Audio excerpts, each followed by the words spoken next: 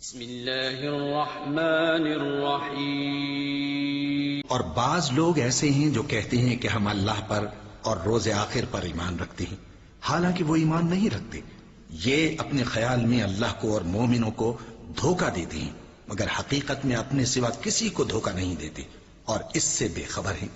ان کے دلوں میں کفر کا مرض تھا، اللہ نے ان کا مرض اور زیادہ کر دیا، اور ان کے جھوٹ بولنے کے سبب ان کو دکھ دے جب عذاب ہوگا۔ اور جب ان سے کہا جاتا ہے کہ زمین میں فساد نہ ڈالو تو کہتے ہیں کہ ہم تو اصلاح کرنے والے ہیں۔